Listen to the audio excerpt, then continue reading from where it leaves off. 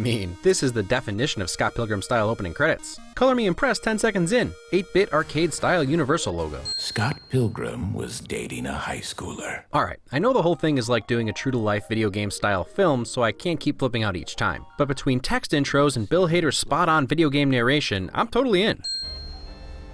It's hard to hear, but very faintly you can hear some 8-bit music in the background. It's likely from Neil's DS, but either way it adds to the video game expository opening thing going on. Have you even kissed her? We almost held hands once, but then she got embarrassed. Michael Cera. Apparently not universally loved. A common complaint is that he always plays the same character. But this is not George Michael Bluth. This is more lack of self-awareness and confidence in one scene than he displayed in all of Arrested Development. It was at this point that my wife walked in with our new son and started laughing at my script because I'd been writing for about an hour, the timestamp on the movie said 1:36, and I already had 7 long paragraphs. She said I might need to pare down a bit. So here's my official apology for missing your specific favorite part. But it'll probably be in the conclusion. Because the truth is, every frame of this film is my favorite part. For example, the door opens to the Legend of Zelda item gain sound effect, and this is pretty close to the Zelda's secret theme. How can I not win those? The Legend of Zelda is always a win. You promise to be good? Of course I'll be good. Seriously, please be good. Am I normally not? Let's talk about Brian O'Malley and Edgar Wright's dialogue. They're the best. That is all. Just throw a win on there for nonstop smart and funny dialogue. What do you play?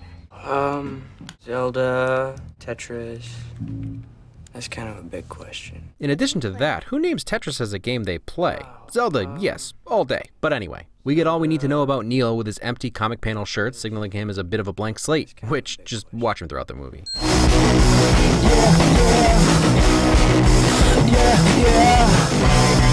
Lemonade stasis.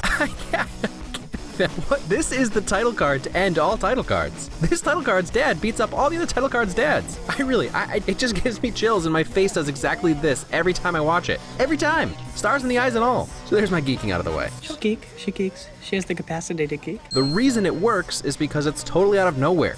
The movie has started. Who expected a fourth wall breaking title card to melt your brain? Visually representing the intensity of the sound, slowly tracking away, stretching the reality of the room they're in. Instrument cables whipping through the air that I didn't even notice until the umpteenth time through. The effort that went into this title card alerts us to the care and love that was put into this film.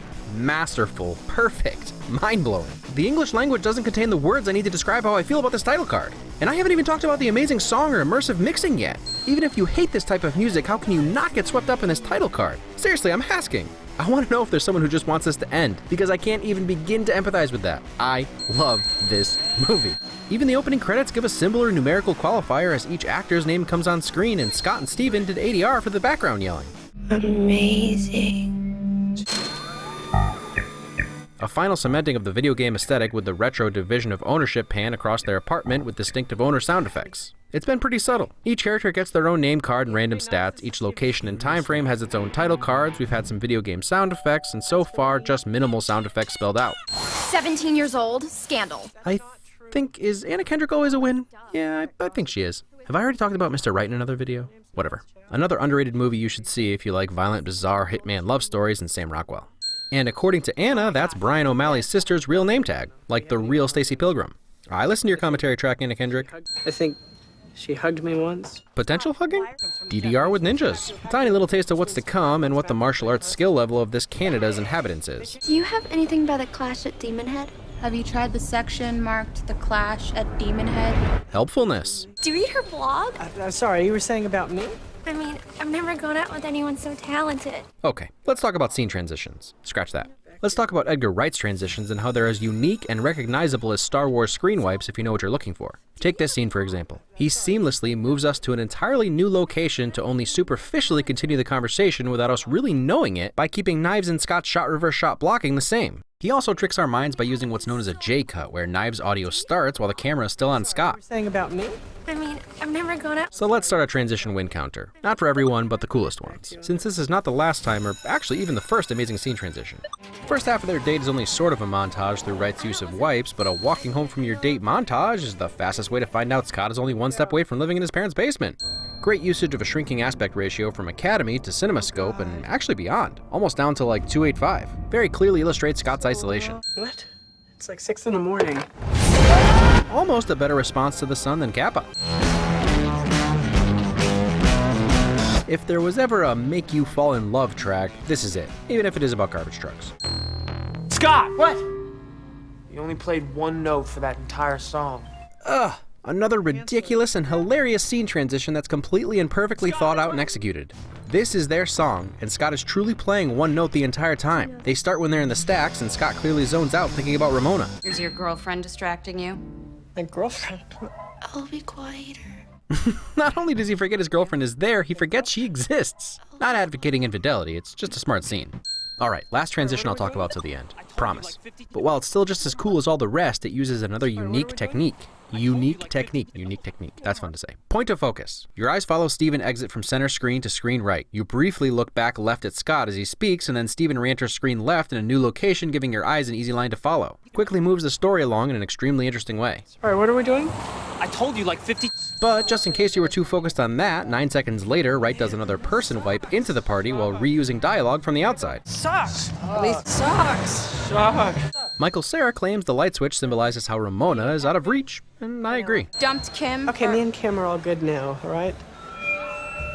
In addition to the video game sounds, we also get some, well, I guess you'd call it GarageBand theme sound effects of feedbacking mics. Feedbacking. That's not a word. Mics feeding back. Break up with... I'm not getting it, friend.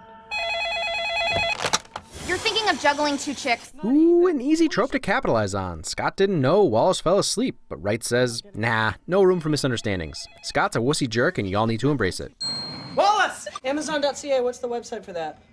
Amazon.ca. World Wide Web lessons. So happy for you. Dear Miss... Wallace's boot removal becomes a starting pistol to Scott's evil X letter. This is...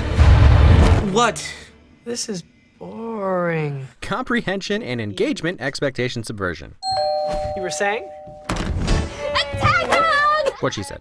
Now it's a montage. Such a smart use of the same progression from the first date we see, now done in a single tracking shot to illustrate Scott's disinterest. The ninja has the same apathetic stance as Scott. We should,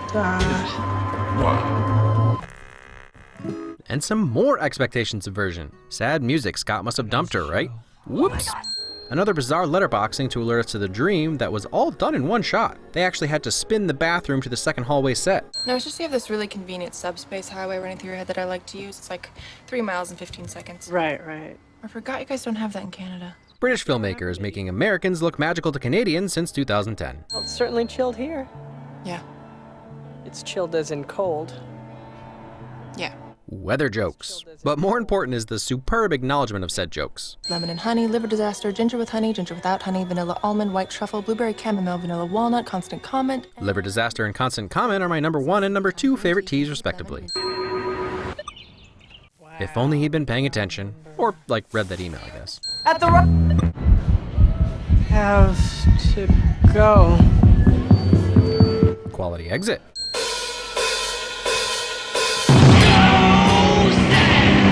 Succinct. Well, Steve and I sympathize with your amazing conveyance of dread by having your freak out subtitled to make up for Crash and the Boys' second song being totally loud and totally awesome after the short song Fake Out, both from them as a band and the filmmakers pretending like only Sex But Bomb would be allowed to play amazing music, because you can't spell run-on sentence without tense. I'm a garbage truck. And the full version of a song about a garbage truck date somehow doesn't suck. Not even a little. Not one bit. This is my favorite Sex But Bomb song. The needle's eye, oh my. Been there. Stylized split framing of the band with their awesome song over top that's abruptly interrupted by the rest of the movie. Even more expectation subversion. Nothing preceding this point other than Ninja Ninja would lead us to believe Scott could fight like this. But then lo and behold, and what we thought was a stylized film turns into a true video game reality with combos and everything. And everyone reacts exactly as we do. Like this is new information they're currently learning about their own universe. Even his sister. Wait, so Scott can fly? Oh, and there's also awesome choreographed fighting. And Michael Jackson dancing. And comic illustrated backstories, which are taken right from the graphic novel. Sadness over. Matthew Patel is the first Evil X, and therefore he holds up one finger, shows only one eye, has one chevron, which could mean private first class, and Scott earns 1,000 points for beating him.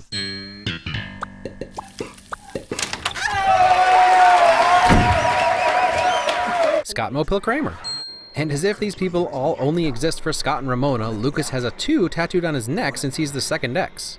Just as an example of how Edgar Wright does things and how he tries to make life easier for his actors, this blacked out transition is shot on location in the record store right in sequence so that Ellen and Michael could stay in the scene. They actually dropped blue screens behind them, which also kept the lighting the same. Okay, while yes, these are another amazing set of transitions, I'm not talking about them, I promised. But it's such a perfect sliding representation of Scott's dismay and guilt over knives being overtaken by his glee and infatuation with Ramona. Hey, check it out. I learned the bass line from Final Fantasy II. Boss theme from 7 would have been more impressive, but still sweet. Or just eat it all the time without even stopping. You get fat. No, why would I get fat? Bread makes you fat. Bread makes you fat? My wife quotes this to me like once a month, and I laugh every time. Clearly that's a win. Michael Cera is always a win.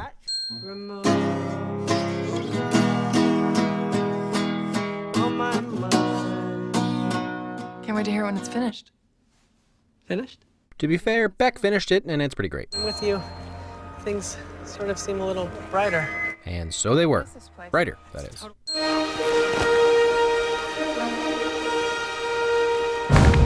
I don't even care if this was Universal's contract stipulation for the opening logo. In fact, even if it was, I'm still cool with it. Whatever compromises had to be made to make this movie are fine by me.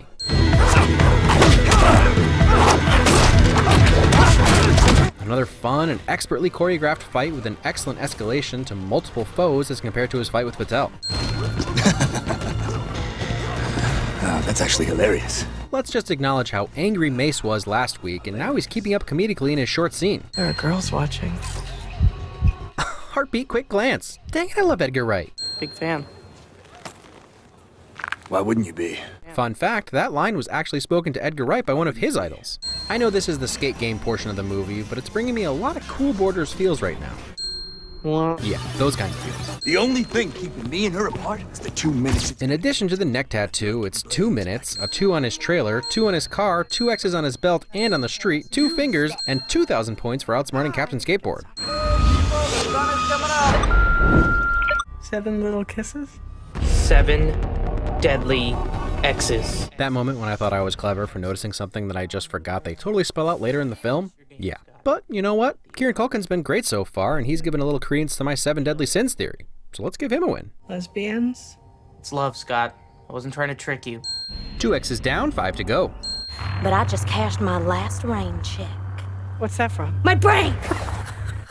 Best response ever. After I specifically told you not to do that. How are you doing that with your mouth? Never mind how I'm doing it. April Ludgate Dwyer should work for CinemaWins. Your hair's getting shaggy. Yeah? Ha! Edgar Wright laughs in the face of other films' continuity errors. A gig is a gig is a gig is a gig. Eloquence. You can put your history aside until we get through this thing, you know, for the band. For the band. For the band. Can't we do our For the band! And persistence. I got this idea. I just thought I have to do it! I can't hear anything you're saying. Honesty. And this hair dye montage seems like a good place to point out how this movie lacks the orgy of evidence pertaining to room, occupant, age, and gender. It's done subtly. Her walls aren't covered with boy bands or My Little Pony. That's what teenage girls are into, right? And the same goes for Wallace's place as well as Ramona's. I know, weird place to stop. But rather than publish this almost half-hour video late next week, missing a week, I figured I'd split it up so you guys get something this week. As a reward for your patience, here's a picture of the cutest baby and dog you ever did see. Tune in next week for the epic conclusion of everything great about Scott Pilgrim vs. the World.